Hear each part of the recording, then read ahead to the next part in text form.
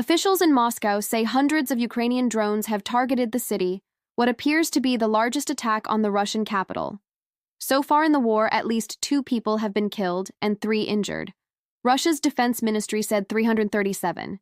Drones were either intercepted or destroyed in Moscow, and 9 other regions' apartment buildings were among the buildings hit, and 4 airports were forced to close. Ukraine has not commented.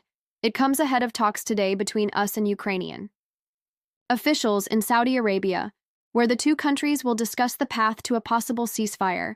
We can now speak to our Russia editor at BBC, monitoring Vitaly Shevchenko.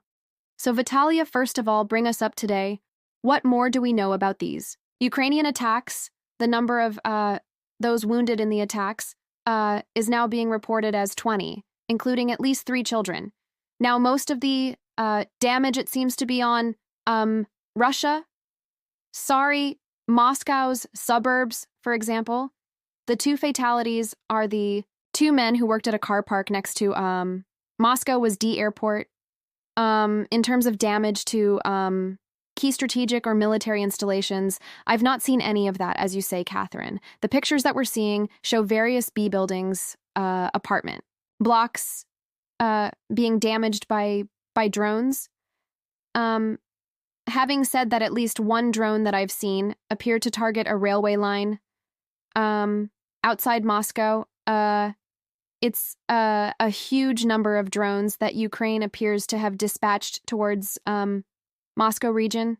The local authorities are saying that 60 drones in and around Moscow have been intercepted. The number of fatalities may grow because there's a number of people who are in hospital and whose condition is reported to be as serious. The Kremlin has commented on the attack. Dmitry Pesov, Vladimir Putin's spokesman, is saying, well, this shows that Ukraine targets civilians while Russia doesn't. Target civilians? Well, that's obviously not backed up by facts on the ground. And Vialia, we continue to see live pictures coming into us from Moscow, showing one of those buildings that was attacked in this Ukrainian drone strike, Vitalia.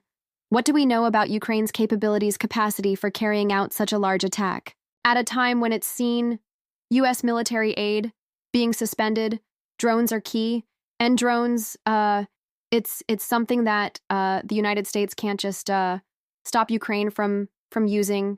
We've been seeing lots of attacks by Ukrainian drones targeting Russian energy infrastructure, oil refineries, for example, that produce fuel for the Russian army, for the Russian Air Force, various production facilities as well, manufacturing weaponry. Now, one thing that will affect Ukraine's capability to continue carrying out those attacks is American intelligence that has also been apparently discontinued. But as we saw this morning, Ukraine is able to at least dispatch its drones as far as Moscow when it comes to the precision of such attacks.